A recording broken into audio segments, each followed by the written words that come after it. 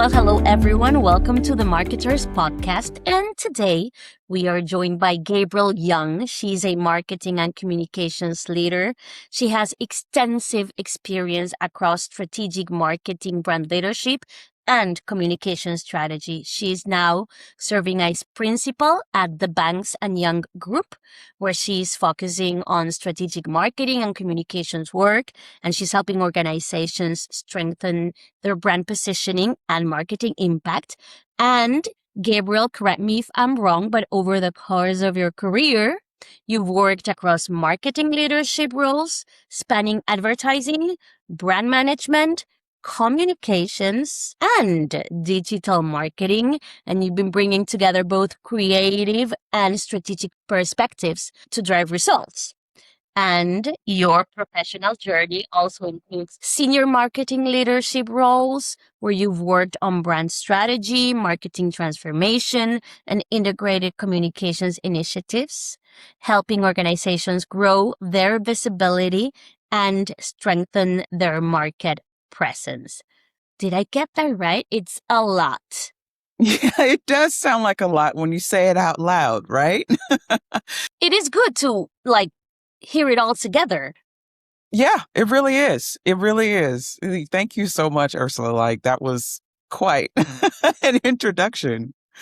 You're very welcome. Well, it's you. It's what you've done. I've only said it. But we've heard a lot about everything you've done as a professional. And before we begin, we'd love to know a little more about you as a person. So we've described all of your accomplishments on the professional side. How would you describe yourself beyond your professional role in marketing and comms? I would definitely say that I am a nerd at heart.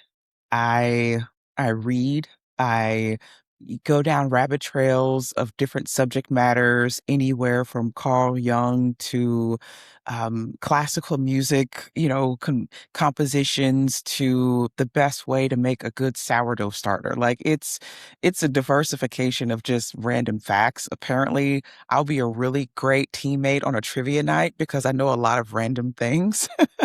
But in the day to day, I have a wonderful husband. He's my biggest fan. I have an amazing family, and I love spending time with them.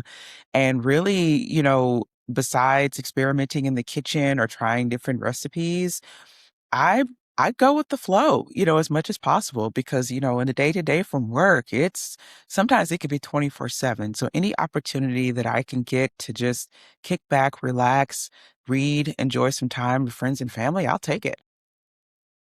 I have a very important question. On trivia night, when you Yes. host, do you cook as well?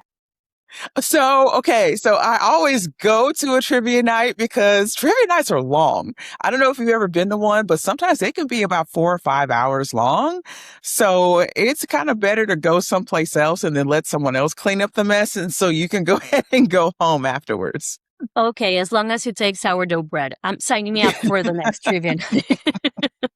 Okay, Absolutely. let's talk about your career because you've built a career spanning marketing strategy, brand leadership, and comms.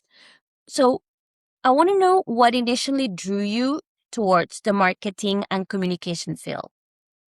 So initially, I wanted to be in advertising. Ever since I was a kid, and if anyone ever has the opportunity to go back on YouTube and just watch classic 80s and 90s commercials, you'll kind of see why, right? Because the undertone of the mood and the messaging and the level of effort that it took in those 30 or 60-second spots was classic. And watching shows over time, like Mad Men or whatever the case may be, my hunger for wanting to be in advertising, like I said, it started when I was probably a young teenager.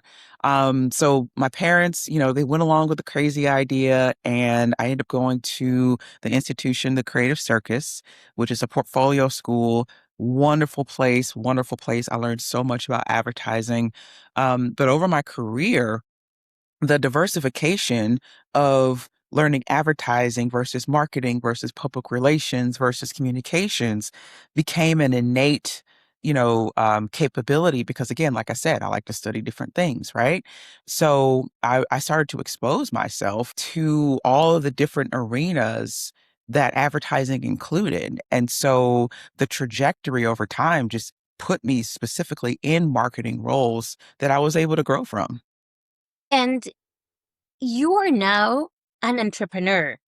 You've done a lot of things and you're now an entrepreneur because Yes. you've started the journey with the Banks and Young group. You've done so much, and being an entrepreneur is kind of a very, very big leap. What Yeah. excites you the Yeah. most about this phase of your career and the work you're doing there? I think what excites me most is understanding that I don't know it all and I still have more to learn. Entrepreneurship is not for the weak. And I will admit that, there is comfort in having a salaried role, full-time role, working with an organization. But in spinning up Banks and Young Group, or I call it BYG, it really made me look at my inner self, my own principles, my own theories and methodologies, and made me really want to understand what value I can bring. And ironically, if I can add this, I had the opportunity to go back and ask dozens of leaders across multiple industries about what they needed, when it came to what sort of services BYG can bring.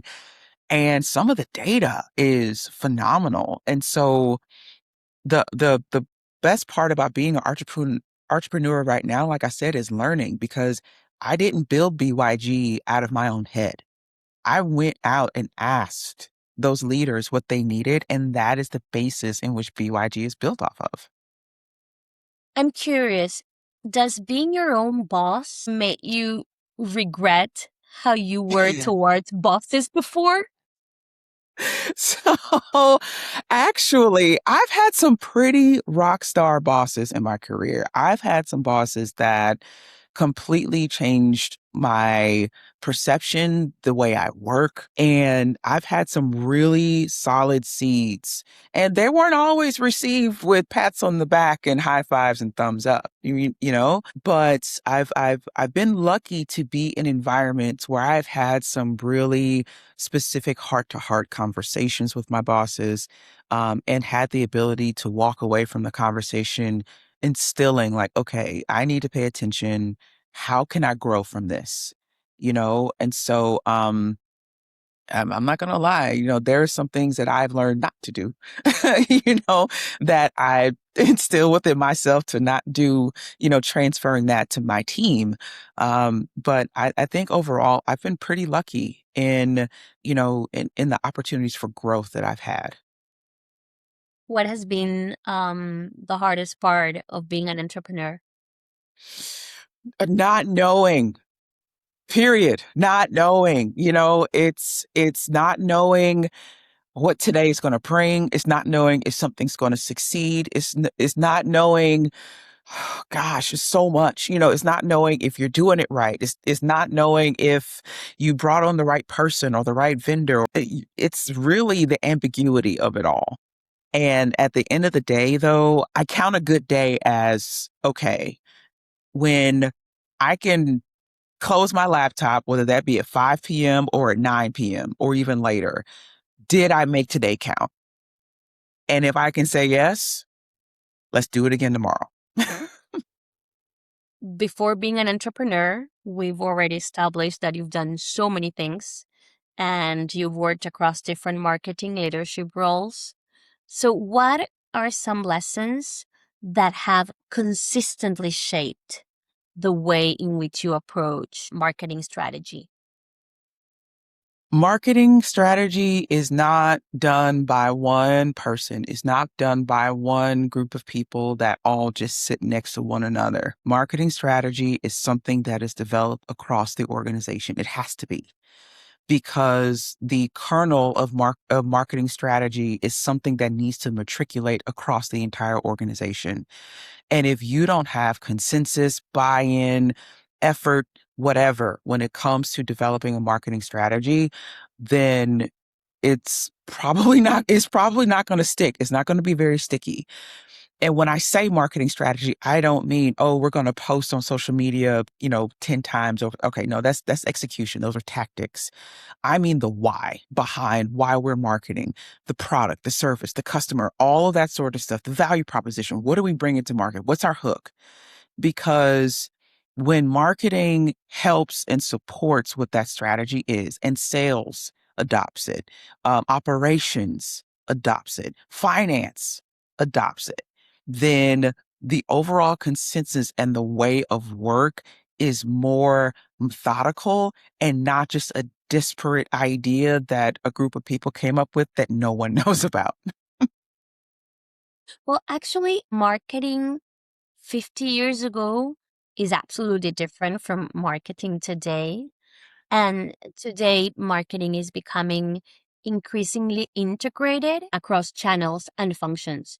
So, how do you approach building strategies that connect brand and comms and digital marketing effectively? My approach when it comes to integration is understanding that a brand is a multifaceted solution. As an example, Ursula, you can probably say that, yes, you're a podcast host, right? But you're also a friend and a daughter and a neighbor and a list of many other things that still make you you.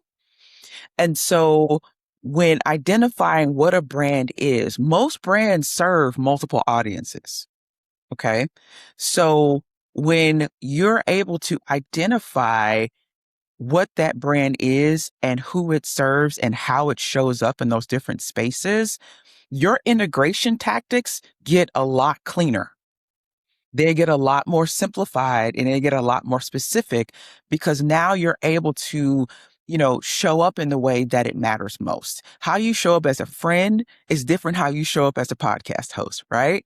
But Yep. you're still you, you know? Yep. So being able to understand what that undercurrent is and making sure that it shows up in the right spaces, it just makes it flow.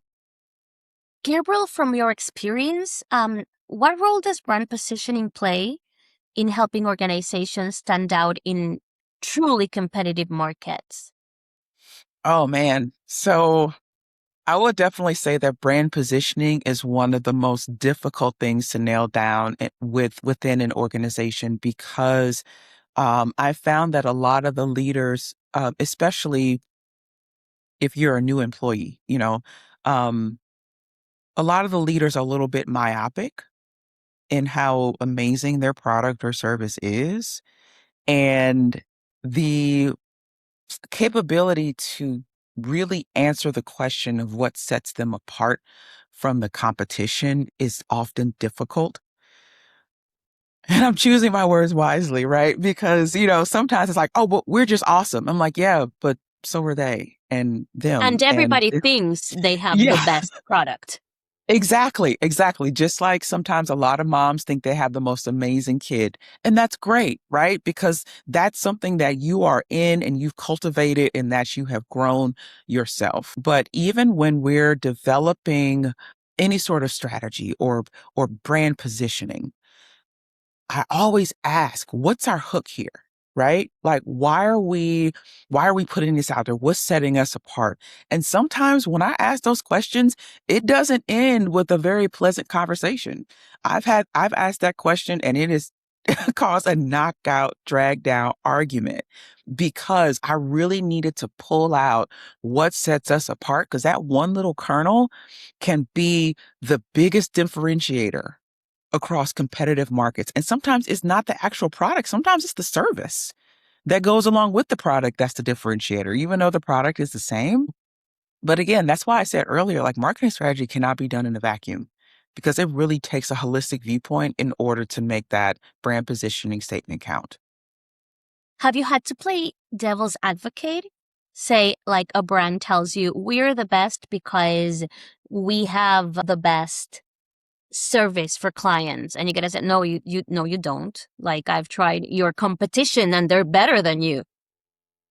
Yes, I have had to play devil's advocate quite often.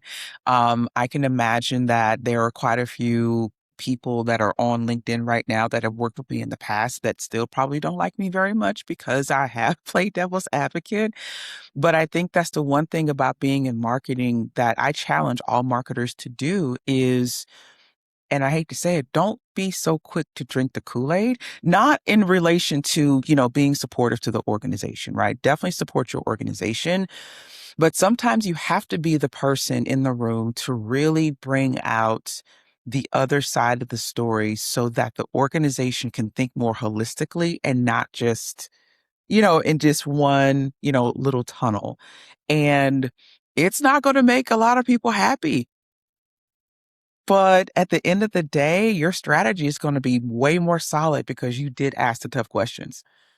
And actually, it is better that the mistakes are found within the organization and not that Yes. somebody else comes and tells you. Yes. Yes. That's why people have mirrors in their houses so they can look at themselves before they go outside, you know? So it's the same thing.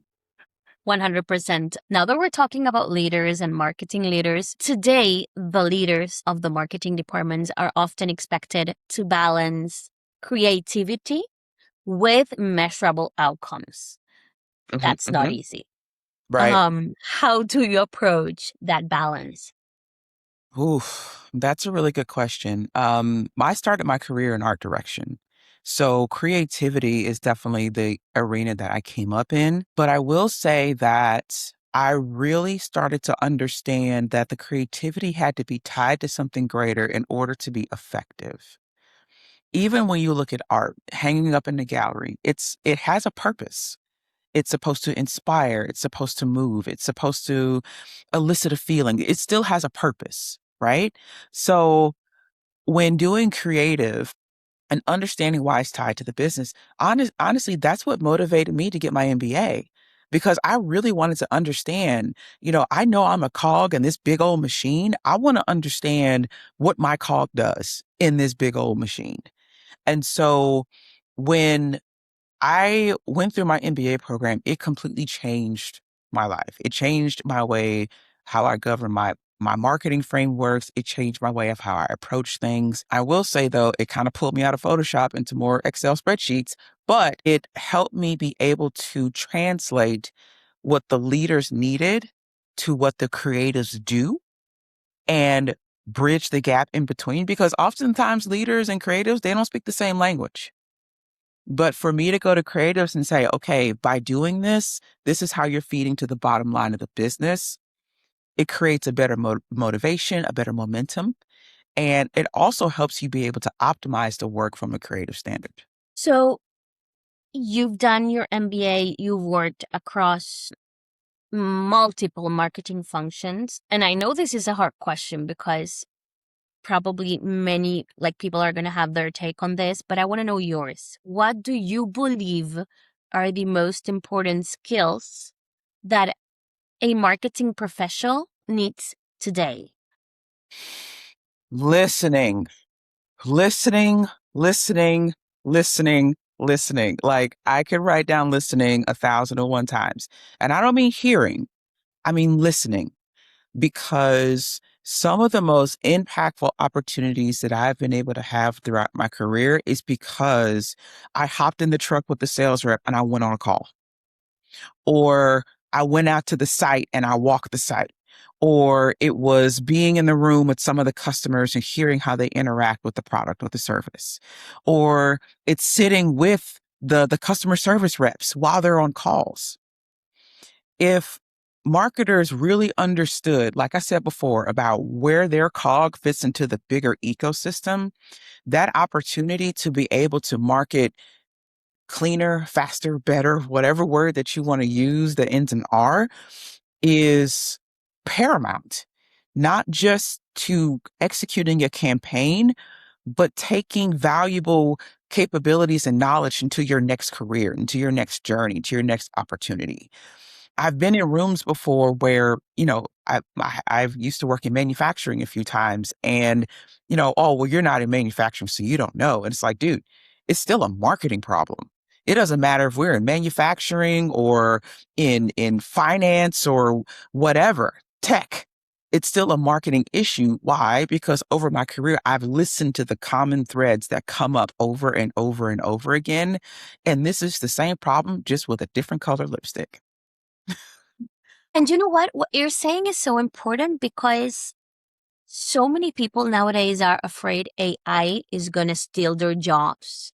Mm, But the qualities you're mentioning are not qualities from AI. That's got to be a human being. yep. That's exactly right. And artificial intelligence, I absolutely love it. I have a couple of platforms that I use on a regular basis, so much to the point I tell them good morning and good night. Okay. Me too. I You have know, I'm like, names for them. yeah, Like it's yes, yes, Natty and it's Cloud. yep. Yeah, I have Hmm. names. Yes, that is exactly right. At the same time, if I'm really brainstorming something, I still go back to pen and paper because I listened or I remembered or I'm bubbling up something or whatever, and I still have to go back to pen and paper to brain dump, to sketch out, to be quiet, you know? And so artificial intelligence is a tool, but sometimes it's not always the solution. Comms communications has become a key part of marketing leadership. How Mhm. important is clear messaging and storytelling in building really strong brands? So I think that storytelling is one of the most, I mean, storytelling as a theme really started coming up about 5, 6, 7 years ago. And I really think it's because, like we talked about before, what are those key differentiators when it comes to brand positioning, right? And storytelling as a framework is built into our social media entity all the time. 85,000 years ago, when I was learning marketing, in undergrad, they tell you that the number one way for, to propose an idea is word of mouth. 100%. Not a sign, not a billboard, not a banner attached to the end of an airplane flying over the city. It's always word of mouth. A recommendation from a trusted person. And because storytelling is something that a lot of our influencers are building the backbone on, they're talking about a product, they're talking about a capability, they're talking about an experience right there in your face, one on one, and they're telling you the story of how they interacted with it. Brands who have trusted people to say, this is exactly my experience is the most effective thing since the before and after pictures of the 80s. Okay. You remember like in the 80s and 90s, you can see like the before and after picture of like a weight loss medicine or a facial cream or whatever the case may be. Like the storytelling is like the next level, amplified because it tells it in real time. You can tell it's like it's authentic. The level of authenticity when it comes to storytelling is there. And if brands do not adopt storytelling in any way, shape, or form, they are going to get left behind. That's my theory. We've talked about influencers, we've talked about AI, and organizations today are navigating a very rapid change in marketing technologies and platforms. Things are changing by the minute, not even by, Mhm. I mean, it's Yes. Yeah, ridiculous. by the hour. Yes. Yeah. So, how should leaders approach adapting to these shifts? I would say that leaders should always be knowledgeable, that they should take the time to read about them, but be slow to adopt. And the only reason why I say that is because I've been in some organizations where adopting the next best thing was like, yes, this is what we have to do to put us ahead. But then you look behind us and we have this pile of not really touched, half used, not quite optimized platforms.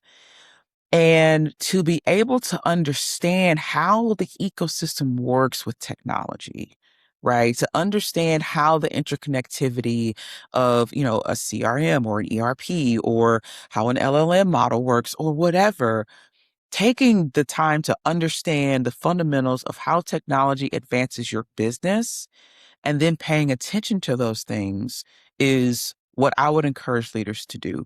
A lot of times when I go into organizations, and again, I said before in my intro, I'm a nerd. However, when I go into organizations, I pay attention to their tech stack. I look at hey, what do we have right now today?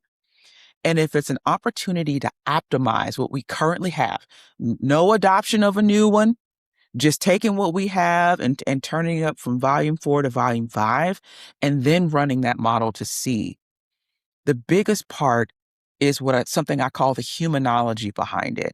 If we adopt a technology, what is the human effort that is going to take in order for that technology, which is a tool, to be the best for our environment? If we adopt a technology and we don't have the humanology to support it, then it's going to be a waste of time and money. So I would encourage leaders, yes, read up on it, be knowledgeable about it, but be slower to adopt so you don't waste that extra time and money. Listening to you, I am pretty sure you are a great leader because you are very Thanks. you're very paused and you talk and you listen. And I'm curious, so if you take a look at your career so far, what are the experiences that have shaped your leadership style the most? Ooh, that's a really good question. I think, like I said before, a lot of the experiences that has shaped my leadership style the most have been the ones where I bumped my head hard, really hard. And I watched how my leader responded to when I bumped my head. I've had instances where in growing up through the career, you get your emotions take hold of you. And I've been coached through opportunities to understand it's like, listen, your emotions are a very valid thing. However, making sure that you establish a solid baseline. Are you clearly communicating? Why are you getting emotional? Being able to self-regulate through emotional intelligence has been one of the biggest guiding factors in how my leadership style has evolved over the years, because I want to make sure that my team feels like I do: safe, supported, heard, understood as much as possible, right? I've worked with some geniuses throughout my career. I'm like, I don't understand what you're saying, but yay, you know. So um it's really understanding, like, we're going to make mistakes, you know, but something that I tell my team all the time is that you are trusted to try. Is it if it's not going to blow anything up, even if it's not going to cost us a whole lot of money, let's try it. And if it works, cool. If not, that's okay. We're going to keep going.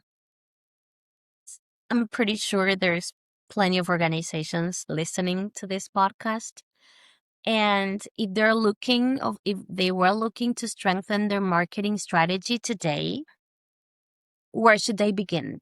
Because there's plenty of things to do.